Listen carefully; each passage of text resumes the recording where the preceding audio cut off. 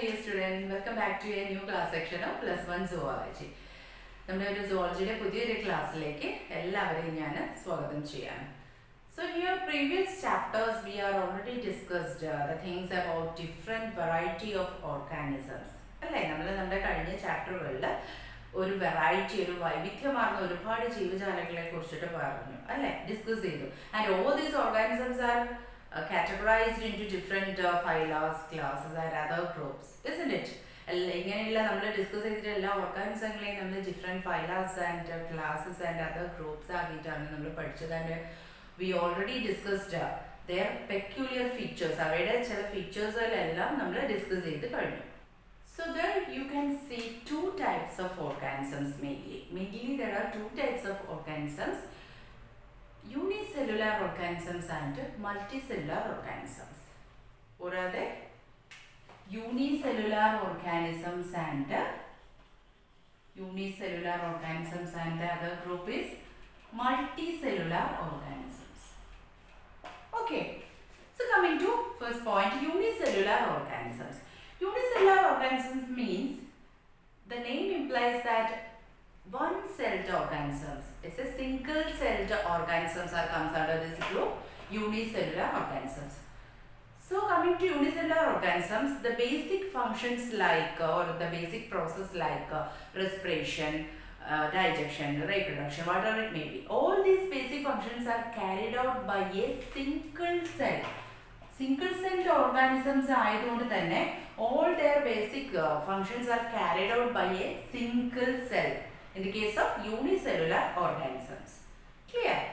But the body of complex organisms, that is multicellular organism. In the case of multicellular organisms, all these basic functions like respiration, excretion, digestion, reproduction, etc., all these basic functions are performed by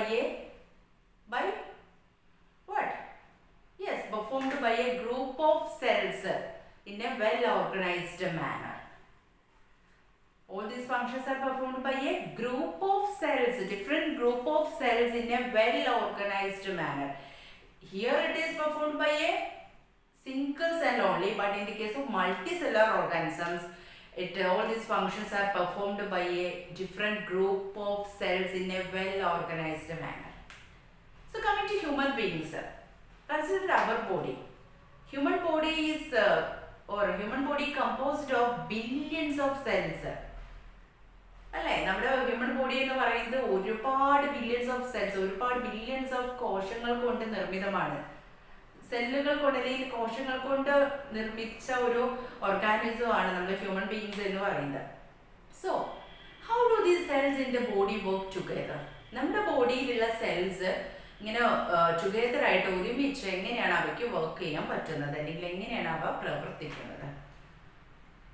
so അത്തരത്തിലുള്ള കാര്യങ്ങളാണ് നമ്മൾ ഈ ഒരു ചാപ്റ്ററിൽ നമ്മൾ ഇന്ന് discuss ചെയ്യാൻ പുതിയ ചാപ്റ്റർ സ്റ്റാർട്ട് ചെയ്യുകയാണ്. Structural organisation in animals. നമ്മുടെ ചാപ്റ്ററിന്റെ പേര് structural organisation in animals. Structural organisation in animal. Okay, so this is our third chapter. സോ ഈ ഒരു ചാപ്റ്ററിൽ നമ്മൾ എങ്ങനെയാണ് ഇത്തരത്തിലുള്ള പ്രവർത്തനങ്ങൾ അല്ലെങ്കിൽ സെൽസ് എല്ലാം കൂടിച്ചേർന്നിട്ട് എങ്ങനെയാണ് പ്രവർത്തിക്കുന്നത്, how do the cells in the body work together എന്നുള്ള കാര്യമൊക്കെയാണ് നമ്മളിവിടെ ആദ്യം ഡിസ്കസ് ചെയ്യാൻ പോകുന്നത്.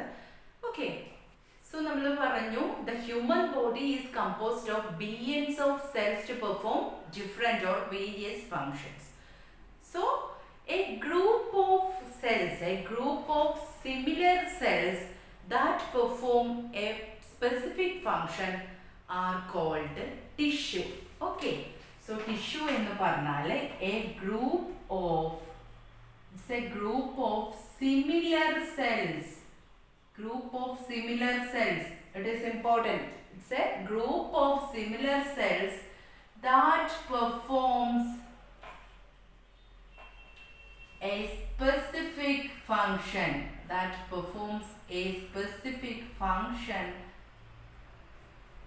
is called tissue. So tissue എന്ന് പറഞ്ഞാൽ മലയാളത്തിൽ നമ്മൾ ഇതിനെ കലകൾ എന്ന് പഠിച്ചിട്ടുണ്ടാവും. നിങ്ങൾ സ്റ്റേറ്റ് സിലബസ് പഠിച്ച കുട്ടികളാണെങ്കിൽ കലകൾ അഥവാ ടിഷ്യൂ എന്ന് പറഞ്ഞാൽ ഒരേപോലെയുള്ള കോശങ്ങളുടെ ഒരു കൂട്ടത്തെ ഒരു പെർട്ടിക്കുലർ ഫംഗ്ഷൻ അല്ലെങ്കിൽ ഏതെങ്കിലും ഒരു പ്രധാന ധർമ്മം നിർവഹിക്കുന്ന ഒരേപോലെയുള്ള group of similar cells that performs a specific function are called tissue. നമ്മൾ മുൻപത്തെ നമ്മുടെ ചാപ്റ്റർ ഡിസ്കസ് ചെയ്ത സമയത്ത് സെല്ലുലാർ ഓർഗനൈസേഷൻ എന്ന് പറഞ്ഞിട്ട് ഒരു പെർട്ടിക്കുലർ പോയിന്റ് നമ്മൾ ഡിസ്കസ് ചെയ്തിട്ടുണ്ടായിരുന്നു. അവിടെ നമ്മൾ ഒരു ഫ്ലോ ചാർട്ട് ടൈപ്പാണ് സെല്ലുലാർ ഓർഗനൈസേഷൻ പഠിച്ചിട്ടുണ്ടായിരുന്നത്. ഓർക്കുന്നുണ്ടോ നിങ്ങളത്? Yes, cells. First cells basic unit ആയിട്ടുള്ള ലിവിംഗ് ഫോംസിന്റെ ബേസിക് യൂണിറ്റ് ആയിട്ടുള്ള cells. And the cells are aggregated to form what? Tissues. Then tissues are aggregated to form organs, different organs, then organ system. Then finally it's converted to an organism, a complete organism. ഇങ്ങനെ നമ്മൾ പഠിച്ചിട്ടുണ്ട്, നമ്മൾ discuss ചെയ്തിട്ടുണ്ട്. So cells are aggregated to form tissues. Tissues എന്ന് പറഞ്ഞാൽ group of similar cells ആണ്. So ഈ ഒരു പോയിന്റ് നിങ്ങൾ ഓർക്കണം, അത് മറന്നു പോകരുത്. So in this chapter first we are going to discuss about animal tissues. ഈ ഒരു ചാപ്റ്റർ നമ്മൾ ആദ്യം ഡിസ്കസ് ചെയ്യാൻ പോകുന്നത് ആനിമൽ ടിഷ്യൂസിനെ കുറിച്ചിട്ടാണ്. Animal tissues. So mainly there are 4 types of animal tissues. നിങ്ങളുടെ ടെക്സ്റ്റ് ബുക്കിനകത്ത് നിങ്ങൾക്ക് 4 പ്രധാനപ്പെട്ട ആനിമൽ ടിഷ്യൂസിനെ കുറിച്ചിട്ടാണ് പഠിക്കാനുള്ളത്. ആൻഡ് they are, അത് ഏതൊക്കെയാണെന്ന് നമുക്ക് നോക്കാം. First epithelial tissue. Epithelial tissue. Okay, tissue എന്നുള്ളത് ഞാൻ ചുരുക്കിയിട്ട് ടി എന്നാണ് ഇവിടെ എഴുതുന്നത്. Okay, epithelial tissue. And second one is connective tissue. Epithelial tissue and connective tissue. And the third type of tissue is muscular tissue. Muscular tissue. And finally, the fourth one is neural tissue. Neural tissue. Okay. So these are the 4 different types of tissues. Epithelial tissue, connective tissue, muscular tissue and neural tissue. ഇനിയിപ്പോൾ ഓരോ type ഓരോന്നും എങ്ങനെയാണ്, ഓരോ ടിഷ്യൂകളും എങ്ങനെയാണ് work ചെയ്യുന്നത്, അല്ലെങ്കിൽ അവയുടെ structure എന്താണെന്നുള്ളതാണ് നമ്മൾ ഈ ചാപ്റ്ററിൽ ആദ്യം ഡിസ്കസ് ചെയ്യാൻ പോകുന്നത്. ഫസ്റ്റ് നമുക്ക് എപ്പിത്തീലിയൽ ടിഷ്യൂവിൽ തന്നെ തുടങ്ങാം. സോ നമ്മൾ പറഞ്ഞു there are 4 different types of animal tissues. First ടൈപ്പാണ് നമ്മൾ ആദ്യം ഡിസ്കസ് ചെയ്യാൻ പോകുന്നത് epithelial tissue. So comes to epithelial tissue, the first point is they are also referred to as epithelium. Epithelium എന്നും എപ്പിത്തീലിയൽ ടിഷ്യൂവിനെ പറയാറുണ്ട്. സോ ചില ടെക്സ്റ്റ് ബുക്കിലെല്ലാം എപ്പിത്തീലിയം എന്ന് കണ്ടാൽ that means or that denotes epithelial tissue. Then second point is it has a free surface. അവയ്ക്ക് ഒരു free surface ഉണ്ടാവും which faces either a body fluid or outside environment. ആ ഒരു free surface, അവയുടെ ആ ഒരു ഫ്രീ സർഫസ്, ഈ epithelial tissue എന്ന് പറഞ്ഞാൽ അവയുടെ ആ ഒരു ഫ്രീ സർഫസ് ഒന്നെങ്കിൽ ഫേസ് ചെയ്യുക ഒരു നമ്മുടെ ബോഡി ഫ്ലൂയിഡിലേക്കോ അല്ലെങ്കിൽ ഔട്ട്സൈഡ് എൻവയോൺമെന്റിലേക്കോ ആയിരിക്കും. അപ്പോൾ ആ ഒരു സെന്റൻസ് നിന്ന് തന്നെ നിങ്ങൾക്ക് ക്ലിയർ ആണ്. It provides a covering or a lining for some part of the body. ഏതെങ്കിലും ഒരു ബോഡി പാർട്ടിന്റെ കവറിങ്ങോ അല്ലെങ്കിൽ ലൈനിങ്ങോ ആയിട്ടാണ് അത് ആക്ട് ചെയ്യുന്നത്, ലൈൻ ചെയ്തിട്ടാണ് അവയെ കാണുന്നത്, അല്ലേ? അപ്പൊ നമ്മുടെ എക്സാമ്പിൾ പറയുകയാണെങ്കിൽ ഔട്ട്സൈഡ് എൻവയോൺമെന്റിനെ ഫേസ് ചെയ്യാന്ന് പറഞ്ഞാൽ നമ്മുടെ ബോഡി നോക്കുകയാണെങ്കിൽ എന്താണ് ഔട്ട്സൈഡ് എൻവയോൺമെന്റിനെ ഫേസ് ചെയ്യുന്ന ഒരു പോർഷൻ, ഒരു ടിഷ്യൂ എന്ന് പറയാൻ സാധ്യത തീർച്ചയായും നമ്മുടെ സ്കിൻ റിലേറ്റഡ് ടിഷ്യൂ ആണല്ലേ. അപ്പോൾ അത്തരത്തില് ആ ഒരു കണക്ഷൻ വെച്ചിട്ട് നിങ്ങൾ ഓർക്കുക it has a free surface which faces either a body fluid or outside environment. So that is why it provides a covering or lining for some part of the body. Okay, അതാണ് second. ഇത് epithelial ടിഷ്യൂവിന്റെ ഒരു important point ആണ്. ഇതൊരു covering ആയിട്ട് അല്ലെങ്കിൽ ഒരു lining ആയിട്ട് ആക്ട് ചെയ്യുന്നു. ആ ഒരു പോയിന്റ് എപ്പിത്തീലിയൽ ടിഷ്യൂ ആയിട്ട് കണക്ട് ചെയ്ത് നിങ്ങൾ ഓർക്കുക. കാരണം ബാക്കി നമ്മൾ ഇനി ഡിസ്കസ് ചെയ്യാൻ വരുന്ന ടിഷ്യൂസ് എല്ലാം എന്തായിട്ടാണ് ആക്ട് ചെയ്യുന്നത് അല്ലെങ്കിൽ അവയുടെ സ്പെഷ്യാലിറ്റീസ് എന്താണെന്ന് പഠിക്കുമ്പോൾ മാറിപ്പോകരുത്. എപ്പിത്തീലിയൽ ടിഷ്യൂ എന്ന് പറയുമ്പോൾ കവറിംഗ് ഓർ ലൈനിങ് അപ്പോൾ some part of our body parts. Okay, അത് ഓർക്കുക. The third point is the cells are compactly packed with the little intercellular matrix. Intercellular matrix എന്താ നിങ്ങൾക്ക് അറിയാം അല്ലേ? ഇന്റർസെല്ലുലാർ മാട്രിക്സ് എന്ന് പറഞ്ഞാൽ നിങ്ങൾ പഠിച്ചിട്ടുണ്ടാവും, സെൽസിന്റെ സ്ട്രക്ചർ പഠിച്ചിട്ടുണ്ടാവും. സോ കുറച്ച് സ്പേസ് ആണെങ്കിൽ കൂടി അവിടെ കോമ്പാക്ട്ലി പാക്ഡ് ആയിരിക്കും. കോമ്പാക്ട്ലി പാക്ഡ് എന്ന് പറഞ്ഞാൽ എന്താണ് ഇപ്പോൾ ഇതൊരു എക്സാമ്പിൾ ആയിട്ട് പറയുകയാണെങ്കിൽ സെല്ലിന്റെ ഒരു ടിഷ്യൂവിന്റെ ഒരു സ്ട്രക്ചർ എടുക്കുകയാണെങ്കിൽ ഇതിനകത്ത് സെൽസ് എന്ന് പറഞ്ഞാൽ ഇങ്ങനെ പാക്ക് ചെയ്യാം, അല്ലെ ലൂസ്ലി പാക്ക്ഡ് ചെയ്യാം.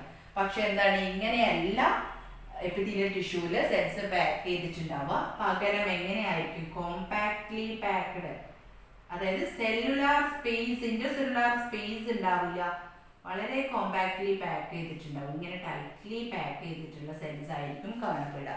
അതാണ് cells are compactly packed with little intercellular matrix എന്ന് പറയുന്നത്. Okay, the next point comes to next point.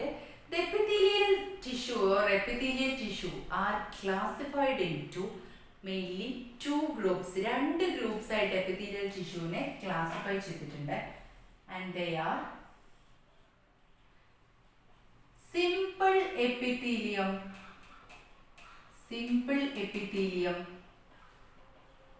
and compound epithelium. Simple epithelium and compound epithelium. So epithelial tissues are categorized or classified into mainly two groups. They are simple epithelium and compound epithelium. So simple epithelium ആയിട്ടും compound epithelium ആയിട്ടുമാണ് നമ്മുടെ epithelial ടിഷ്യൂവിനെ നമ്മൾ categorise ചെയ്തെങ്കിൽ main classification എന്ന് പറഞ്ഞു.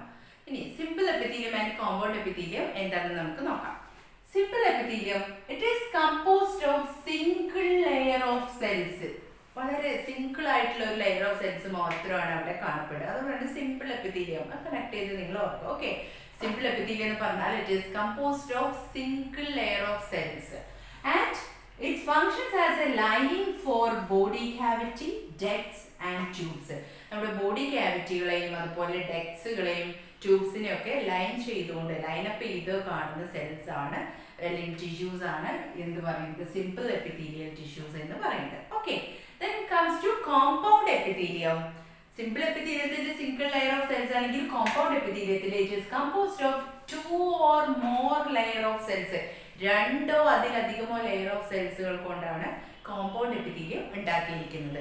And it has protective function ആണ് compound എപ്പിത്തീലിയത്തിനുള്ളത്. Example പറയുന്നത് നമ്മുടെ സ്കിൻ എന്ന് പറഞ്ഞാൽ നമ്മുടെ പ്രൊട്ടക്റ്റീവ് ഫംഗ്ഷൻ ആണ്. നമ്മുടെ സ്കിന്ന് നമ്മളിൽ എങ്ങനെയാണോ പ്രവർത്തിക്കുന്നത് അതുപോലെയാണ് കോമ്പൗണ്ട് എപ്പിത്തീലിയൽ സെൽസ് പ്രവർത്തിക്കുന്ന രീതിയിൽ ഫങ്ഷൻസ് ചെയ്യുന്നത്. ഓക്കെ, അപ്പോൾ simple epithelium compound epithelium simple ആണല്ലോ, സിമ്പിൾ ആയിട്ട് പഠിക്കാമല്ലോ. എന്താണ് സിമ്പിൾ എപ്പിത്തീലിയം എന്ന് പറഞ്ഞാൽ it is composed only a single layer of cells and functions as a lining for ducts, body cavity and tubes. അതേസമയം കോമ്പൗണ്ട് എപ്പിത്തീലിയം എന്ന് പറഞ്ഞാൽ it consist of 2 or more layer of cells and it has protective function. Okay, protective function like skin. അപ്പോൾ ഇത്രയും portion clear ആണല്ലോ. So നമ്മളിപ്പോൾ discuss ചെയ്തിട്ടുള്ളത് epithelial tissue is classified into 2 major groups. They are simple epithelium and compound epithelium.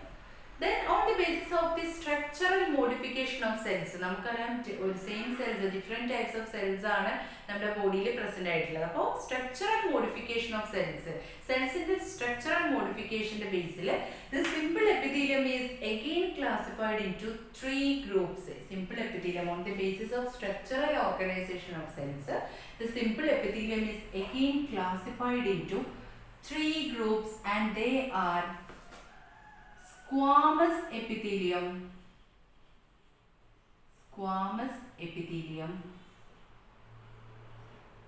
then cuboidal epithelium,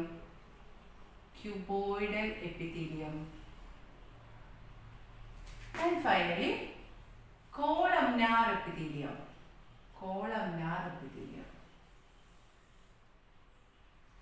So on the basis of the structural organization of cells, the simple epithelium is further classified into 3 major groups. They are squamous epithelium, cuboidal epithelium and columnar epithelium. So simple epithelium inde 3 categories are squamous epithelium, cuboidal epithelium and columnar epithelium.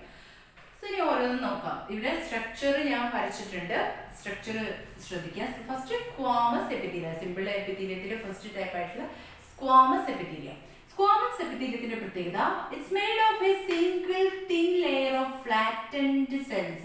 It's made of single thin layer of flattened cells with irregular boundary. Irregular ആയിട്ടുള്ള boundary ആയിരിക്കും സെൽസിന് ഉണ്ടാവുക, regular ആയിട്ടുള്ള boundary ഉണ്ടാവില്ല. Structure observe ചെയ്താൽ നിങ്ങൾക്ക് മനസ്സിലാവുന്നതാണ്. It is made up of a single thin layer of flattened cells with irregular boundary. Okay, അതാണ് squamous എപ്പിത്തീലിയത്തിന്റെ ഫസ്റ്റ് പോയിന്റ് എന്ന് പറയുന്നത്. ഇറ്റ്സ് ഫൗണ്ട് വേറെ എവിടെയാണ് ഇത് കാണപ്പെടുന്നത്? Walls of blood vessels, blood വെസൽസിന്റെ സെൽ വാളിലും അതുപോലെ എയർ സാക്സ് ഓഫ് ലങ്സ്, ലങ്സിലാണ് എയർ സാക്സ് ഉള്ളത് നമുക്കറിയാം, ഡിഫ്യൂഷൻ ഒക്കെ നടക്കുന്നത്. So air sacs of lungs, ലങ്സിലാണ് ലങ്സില് എയർ സാക്സിലും അതുപോലെ ബ്ലഡ് വെസൽസിന്റെ വാൾസിലാണ് എന്ത് കാണപ്പെടുന്നത്? സ്ക്വാമസ് എപ്പിത്തീലിയം കാണപ്പെടുന്നത്. ഇപ്പൊ തന്നെ അത് നിങ്ങൾ മനസ്സിൽ അതങ്ങോട്ട് എന്താ പറയാ, മനസ്സിൽ അത് പതിപ്പിക്കുക. അതായത് സ്ക്വാമസ് എപ്പിത്തീലിയം കാണപ്പെടുന്നത് it's found on walls of blood vessels and air sacs of lungs. Okay, അപ്പൊ തീർച്ചയായിട്ടും ഇതിന്റെ ഫംഗ്ഷൻ എന്ന് പറയുന്നത് to forms a diffusion boundary, ഒരു ഡിഫ്യൂഷൻ ബൗണ്ടറി ഫോം ചെയ്യുക എന്നുള്ളതാണ്. ഡിഫ്യൂഷൻ ബൗണ്ടറി, ഒരു ഡിഫ്യൂഷൻ ബൗണ്ടറി ഫോം ചെയ്യുക എന്നുള്ളതാണ് സ്ക്വാമസ് എപ്പിത്തീലിയത്തിന്റെ ഫംഗ്ഷൻ എന്ന് പറയുന്നത്. ഓക്കെ, ദെൻ നെക്സ്റ്റ് ടൈപ്പ് ആയിട്ടുള്ള ക്യൂബോയിഡൽ എപ്പിത്തീലിയം, പേര് തന്നെ ഉണ്ട് ക്യൂബോയിഡൽ.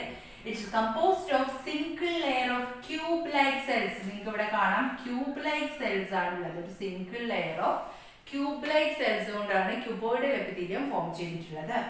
ആൻഡ് ഇറ്റ്സ് ഫൗണ്ട് എവിടെയാണ് അത് കാണപ്പെടുന്നത്? ഡെക്ട്സ് ഓഫ് ഗ്ലാൻസ്, ഗ്ലാൻസിലെ ഡെക്സിലും അതുപോലെ tubular part of nephron in kidney. Nephron നിങ്ങൾക്ക് അറിയാലോ, നമ്മുടെ ഫിൽട്രേഷൻ പ്രക്രിയൊക്കെ നടക്കുന്നത് നെഫ്രോണിൽ വെച്ചാണ്. അപ്പോൾ നെഫ്രോണിന്റെ ട്യൂബുലാർ പാർട്ടിലുമാണ് എന്ത് കാണപ്പെടുന്നത്? ഈ ക്യൂബോയിഡൽ എപ്പിത്തീലിയം കാണപ്പെടുന്നത്. അതിന് കിഡ്നി ആയിട്ട് റിലേറ്റ് ചെയ്തുകൊണ്ട് തന്നെ ഇതിന്റെ ഫംഗ്ഷൻ എന്ന് പറയുന്നത് അബ്സോർപ്ഷൻ ആൻഡ് സെക്രീഷൻ ആണ്. അബ്സോർപ്ഷൻ ആൻഡ് സെക്രീഷൻ ആണ് എന്തിന്റെ ഫംഗ്ഷൻ? ക്യൂബോയിഡൽ എപ്പിത്തീലിയത്തിന്റെ ഫംഗ്ഷൻ എന്ന് പറയുന്നത്.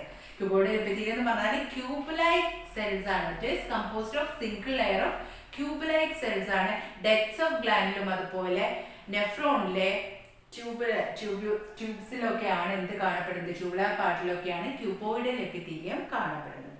ദെൻ ലാസ്റ്റ് കാറ്റഗറി ആണ് കോളംനാർ എപ്പിത്തീലിയം. സിമ്പിൾ എപ്പിത്തീലിയത്തിൽ വരുന്ന സ്ക്വാമസ് എപ്പിത്തീലിയം, ക്യൂബോയിഡൽ നമ്മൾ പറഞ്ഞത്. തേർഡ് വൺ ആണ് columnar epithelium. A single layer of tall and slender cells. ഇവിടെ നിങ്ങൾക്ക് കാണാം ടോൾ സെൽസ് ആണ്, വളരെ നീണ്ടു നിൽക്കുന്ന സെൽസ് ആണ്. ടോൾ ആൻഡ് സ്ലെൻഡർ സെൽസ്, തിന്നായിട്ടുള്ള സ്ലെൻഡർ ആയിട്ടുള്ള സെൽസ് ആണ്. അതാണ് it is composed of single layer of tall and slender cells. And nuclear located at base. Most of cells നിങ്ങൾക്ക് അറിയാം ന്യൂക്ലിയസ് എല്ലാം ബേസിലാണ് ലൊക്കേറ്റ് ചെയ്തിരിക്കുന്നത്, മിഡിൽ പോർഷനിലല്ല. സെൽസിന്റെ മിഡിൽ പോർഷനിലല്ല ലൊക്കേറ്റ് ചെയ്തിരിക്കുന്നത്, സെൽസിന്റെ ബേസ് പോർഷനിലാണ് ന്യൂക്ലിയർ ലൊക്കേറ്റ് ചെയ്തിരിക്കുന്നത്. Free surface have microvilli. ചില സെൽസിൽ ഫ്രീ സർഫേസിൽ മൈക്രോവില്ലേ കാണും. മൈക്രോവില്ലേ എന്ന് പറഞ്ഞാൽ നിങ്ങൾ പഠിച്ചിട്ടുണ്ടാവും, ഫിംഗർ ലൈക്ക് പ്രൊജക്ഷൻസ് ആണ്. നമ്മുടെ എലിമെന്ററി സിസ്റ്റം, നമ്മുടെ ഡൈജസ്റ്റീവ് സിസ്റ്റത്തിലെ എലിമെന്ററി കനാൽസിലൊക്കെ നിങ്ങൾ പഠിച്ചിട്ടുണ്ടാവും. പിന്നെ ഫിംഗർ ലൈക്ക് പ്രൊജക്ഷൻസ് ആണ് അബ്സോർപ്ഷന് ഹെൽപ്പ് ചെയ്യുന്നത് അല്ലേ. അപ്പോൾ ഇവിടെ ഫ്രീ സർഫസിലെല്ലാം മൈക്രോവില്ലേജ് കാണപ്പെടും. ദെൻ സ്റ്റൊമക് ഇൻഡസ്റ്റൈൻ, സ്റ്റൊമക്കിലും ഇൻഡസ്റ്റൈനിലും ആണ് ഇവ കാണപ്പെടുന്നത്. അതുകൊണ്ട് തന്നെ ഇവയുടെ function secretion and absorption. Cuboidal എപ്പിത്തീലിയത്തിന്റെ അതേ ഫംഗ്ഷൻ തന്നെയാണ്, സെക്രീഷനും അബ്സോർപ്ഷനും ആണ് കോളംനാർ എപ്പിത്തീലിയത്തിന്റെയും ഫംഗ്ഷൻ. ദെൻ ഇവിടെ ഇങ്ങനെ ഒരു സ്ട്രക്ചർ കാണാം നിങ്ങൾക്ക്. ഇതിൽ നിന്നെല്ലാം ഡിഫറെന്റ് ആയിട്ടൊരു സ്ട്രക്ചർ കാണാം. ചില കേസിൽ ചില സമയത്ത് cuboidal epithelium and columnar epithelium have cilia, അല്ലെങ്കിൽ അവയുടെ ഫ്രീ സർഫസിൽ അവർക്ക് സീലിയ കാണപ്പെടും, സീലിയ പ്രസന്റ് ആയിരിക്കും. സോ അത്തരത്തിലുള്ള എപ്പിത്തീലിയം, ഈ ഒരു പെർട്ടിക്കുലർ സ്ട്രക്ചർ, ഈ ഒരു ഹെയർ ലൈക്ക് സ്ട്രക്ചറിനെയാണ് നമ്മൾ സീലിയ എന്ന് പറയുന്നത്. ആൻഡ് ക്യൂബോയിഡൽ എപ്പിത്തീലിയത്തിന് കോളംനാർ എപ്പിത്തീലിയത്തിന് അവയുടെ ഫ്രീ സർഫസിൽ സീലിയ പ്രസന്റ് ആണെങ്കിൽ അത്തരത്തിലുള്ള എപ്പിത്തീലിയത്തിന് നമ്മൾ സീലിയേറ്റഡ് എപ്പിത്തീലിയം എന്നാണ് പറയുന്നത്. സീലിയേറ്റഡ് എപ്പിത്തീലിയം എന്ന് പറയാം. ഓക്കെ, അപ്പൊ ഇതൊരു അനദർ ടൈപ്പ് ആണ്. ഈ ഒരു ക്ലാസിഫിക്കേഷനിൽ ഡയറക്റ്റ് വരുന്നതല്ല എങ്കിലും ഇതിനെ നമ്മൾ സൂചിപ്പിക്കണം. അതായത് കോളംനാർ അല്ലെങ്കിൽ ക്യൂബോയിഡൽ എപ്പിത്തീലിയത്തിന്റെ ഫ്രീ സർഫസിൽ ഇഫ് ദേ ഹാവ് സീലിയ അല്ലെങ്കിൽ സീലിയ പ്രസന്റ് ആണെങ്കിൽ such epitheliums are called ciliated epithelium എന്ന് പറയും. ഈ സീലിയേറ്റഡ് എപ്പിത്തീലിയത്തിന്റെ ഫംഗ്ഷൻ എന്ന് പറഞ്ഞാൽ പാർട്ടിക്കിൾസിനെ അല്ലെങ്കിൽ സബ്സ്റ്റൻസസിനെ എപ്പിത്തീലിയം വഴി അക്രോസ് ചെയ്ത് മൂവ് ചെയ്യിപ്പിക്കുക എന്നുള്ളതാണ് ഈ ഒരു സീലിയേറ്റഡ് എപ്പിത്തീലിയത്തിന്റെ ഫംഗ്ഷൻ എന്ന് പറയുന്നത്. ഓക്കെ, അപ്പൊ നമ്മൾ സിമ്പിൾ എപ്പിത്തീലിയത്തിന്റെ ക്ലാസിഫിക്കേഷൻ പറഞ്ഞു. 3 ടൈപ്സ് ആണ് സിമ്പിൾ എപ്പിത്തീലിയത്തിന്റെ ക്ലാസിഫിക്കേഷൻ വരുന്നത്. Squamous epithelium, cuboidal epithelium and columnar epithelium. ഓരോന്നും എന്താണെന്ന് നമ്മൾ സിമ്പിൾ ആയിട്ടുള്ള സെന്റൻസസിൽ പറഞ്ഞു. ദെൻ സീലിയ പ്രസന്റ് ആയിട്ടുള്ള കോളംനാർ അല്ലെങ്കിൽ ക്യൂബോയിഡൽ എപ്പിത്തീലിയത്തിൽ നമ്മൾ സീലിയേറ്റഡ് എപ്പിത്തീലിയം എന്നാണ് പറയുന്നത്. ഇതിലൊരു പോയിന്റ് പറയാൻ വിട്ടുപോയത്, സീലിയേറ്റഡ് എപ്പിത്തീലിയം കാണപ്പെടുന്നത് ഹോളോ ഓർഗൻസ് ആയിട്ടുള്ള ബ്രോങ്കിയോൾസിലോ അല്ലെങ്കിൽ ഫെലോപ്പിയൻ ട്യൂബ്സിലൊക്കെയാണ് ciliated epithelium നമുക്ക് കാണാൻ കഴിയും. സോ ആ ഒരു കാര്യം കൂടി ഓർക്കുക. Ciliated epitheliums are found on where the hollow organs like fallopian tubes or bronchioles. Okay. Next point. Some columnar or cuboidal cells. Some columnar or cuboidal cells are well known or specialized for secretions. ചില columnar cells അല്ലെങ്കിൽ cuboidal cells secretion processന് പേര് കേട്ടവയായിരിക്കും. And such cells are called, or such epitheliums are called glandular epithelium. Glandular epithelium. Glandular epithelium. So glandular epithelium എന്ന് പറഞ്ഞാൽ some cuboidal or columnar epithelial cells or cells are well known or specialized for secretion, and such cells are called glandular epithelium. Mainly there are two types of glandular epitheliums are present. Two types of glandular epitheliums are unicellular and first type unicellular type, and the second type is multicellular. Unicellular and multicellular. Unicellular and multicellular organisms ne kurichittu nammal padichittunde. Ivide unicellular and multicellular എന്നതുകൊണ്ട് ഉദ്ദേശിക്കുന്നത് ഈ glandular epitheliumത്തിന്റെ classification ആണ്. Okay. Unicellular and multicellular. Glandular epithelium ആണ് നമ്മളിപ്പോൾ പറയുന്നത്. Unicellular and multicellular രണ്ട് types ഉണ്ട്. Then comes to unicellular. It contains isolated glandular cells. Isolated glandular cells are അവിടെ present ആയിട്ടുള്ളത്. And it's seen where goblet cells of alimentary canal. Alimentary canal goblet cells example ആണ്. Okay. Then multicellular ആവുമ്പോൾ it contains cluster of cells. ഒരു cluster of cells അല്ലെങ്കിൽ bulk of cells അവിടെ present ആയിരിക്കും. Like from a salivary gland. Salivary gland ആണ് example ആയിട്ട് പറയുന്നത്. So glandular epithelium എന്ന് പറഞ്ഞാൽ അതിൽ രണ്ട് ടൈപ്സ് വരുന്നുണ്ട്, യൂണിസെല്ലുലാർ ആൻഡ് മൾട്ടിസെല്ലുലാർ. യൂണിസെല്ലുലാർ എന്ന് പറഞ്ഞാൽ ഐസൊലേറ്റഡ് ഗ്ലാൻഡുലാർ സെൽസ് ആണ് കാണപ്പെടുന്നത്, അലിമെന്ററി കനാലിലെ ഗോബ്ലെറ്റ് സെൽസ് ഓർക്കുക. മൾട്ടിസെല്ലുലാർ പറയുമ്പോൾ ക്ലസ്റ്റർ ഓഫ് സെൽസ് ആണ്, ബൾക്ക് ഓഫ് സെൽസ്, ഒരുപാട് ഗ്രൂപ്പ് ഓഫ് സെൽസ് അവിടെ ഉണ്ടാവും. സലൈവറി ഗ്ലാൻഡ് എക്സാമ്പിൾ ആയിട്ട് നോക്കുക. Then on the basis of the secretionsന്റെ ബേസിസിൽ this glandular epithelium is divided into two. അതായത് secretionന്റെ ബേസിൽ, on the basis of their secretion process, the glandular epithelium is divided into mainly two groups അല്ലെങ്കിൽ two category ആയിട്ട് divide ചെയ്തിട്ടുണ്ട്. And they are exocrine gland and endocrine gland. Exocrine gland and endocrine gland. Familiar ആയിട്ടുള്ള words ആണ് exocrine gland and endocrine gland എന്ന് പറയുന്നത്. So on the basis of their mode of secretions, the glands are divided into mainly two groups, exocrine glands and endocrine glands. This is an important point, exocrine glands and endocrine glands. So comes to exocrine glands, they secrete mucus, saliva, earwax, oil, milk, digestive enzymes and other cell products. ഇത്തരത്തിലുള്ള cell products ആണ് exocrine glands secrete ചെയ്യുന്നത്. Mucus, saliva, ear wax, milk, oil, digestive enzymes etcetera. Okay, all these cell products are produced by or released by exocrine glands. This and ഇതൊക്കെ secretions ആണ്, and these secretions are released through ducts or tubes. ഡക്ട്സിലൂടെ അല്ലെങ്കിൽ ട്യൂബ്സിലൂടെയാണ് ഈ secretions എല്ലാം release ചെയ്യപ്പെടുന്നത്. Okay. But in the case of endocrine glandന്റെ അടുത്ത കേസിലേക്ക് വരുമ്പോൾ, endocrine glands നിങ്ങൾ പഠിച്ചിട്ടുണ്ടാവും അല്ലേ, ഹോർമോൺ സെക്രീറ്റിംഗ് ഗ്ലാൻഡ്സ് ആണ് endocrine glands എന്ന് പറയുന്നത്. അതുകൊണ്ട് തന്നെ their products are called or their secretions are called hormones. Okay, endocrine glands secrete ചെയ്യുന്ന സെൽ പ്രോഡക്റ്റിനെയാണ് നമ്മൾ ഹോർമോൺസ് എന്ന് പറയുന്നത്. ഇവിടെ നമ്മൾ പറഞ്ഞു എക്സോക്രൈൻ്റെ കേസിൽ പറഞ്ഞു ഇത് secretions are released through tubes or ഡെക്സിലൂടെ ട്യൂബ്സിലൂടെയൊക്കെയാണ് ഇവിടെ റിലീസിങ് നടക്കുന്നത്. പക്ഷേ എൻഡോക്രൈൻ ഗ്ലാൻഡ്സ് സെക്രീറ്റ് ചെയ്യുന്ന ഹോർമോൺസ് റിലീസ് ചെയ്യാൻ they do not have any ducts. അവിടെ ഡെക്സോ ട്യൂബ്സോ ഒന്നും പ്രസന്റ് അല്ല. പക്ഷെ അവിടെ എന്താണ് സംഭവിക്കുന്നത്? Hormones are secreted directly into the body fluid. Body ഫ്ലൂയിഡിലേക്ക് ഡയറക്റ്റ് ആയിട്ട് റിലീസ് ചെയ്യാണ് ചെയ്യപ്പെടുന്നത്. നമ്മുടെ ബോഡിയിൽ സെക്രീറ്റ് ചെയ്യുന്ന എല്ലാ ഹോർമോൺസും ബോഡി ഫ്ലൂയിഡിലേക്ക് ഡയറക്റ്റ് ആയിട്ടാണ് റിലീസ് ചെയ്യപ്പെടുന്നത്. ഓക്കെ, അപ്പോൾ this are the two types of glands, exocrine glands and endocrine glands. Clear? അപ്പോൾ നമ്മൾ ഇത്രയും നേരം പറഞ്ഞിരുന്നത് നമ്മുടെ ആനിമൽ ടിഷ്യൂസിൽ വരുന്ന ഫസ്റ്റ് ടൈപ്പ് ആയിട്ടുള്ള എപ്പിത്തീലിയൽ ടിഷ്യൂസിന്റെ ക്ലാസിഫിക്കേഷൻ. രണ്ട് മേജർ ഗ്രൂപ്പ് ആയിട്ടാണ് തിരിച്ചിട്ടുള്ളത്, simple epithelium and compound epithelium. അതിൽ സിമ്പിൾ എപ്പിത്തീലിയത്തിൽ വരുന്ന again further it is divided into three classes: squamous epithelium, cuboidal epithelium and columnar epithelium. അതിന്റെ സ്ട്രക്ചറൽ ഫീച്ചേഴ്സ് നമ്മൾ പറഞ്ഞു. then secretions, സീലിയ പ്രസന്റ് ആയിട്ടുള്ള ക്യൂബോയിഡൽ അല്ലെങ്കിൽ കോളംനാർ എപ്പിത്തീലിയം നമ്മൾ സിലിയേറ്റഡ് എപ്പിത്തീലിയം എന്ന് പറഞ്ഞു. ഫ്രീ സർഫസിൽ സീലിയ പ്രസന്റ് ആയിട്ടുള്ള സെൽസിന് നമ്മൾ സിലിയേറ്റഡ് എപ്പിത്തീലിയം എന്നാണ് പറയുക. then secretions പ്രൊഡ്യൂസ് ചെയ്യുന്ന എപ്പിത്തീലിയം സെൽസിന് നമ്മൾ ഗ്ലാൻഡുലാർ എപ്പിത്തീലിയം എന്ന് പറഞ്ഞു.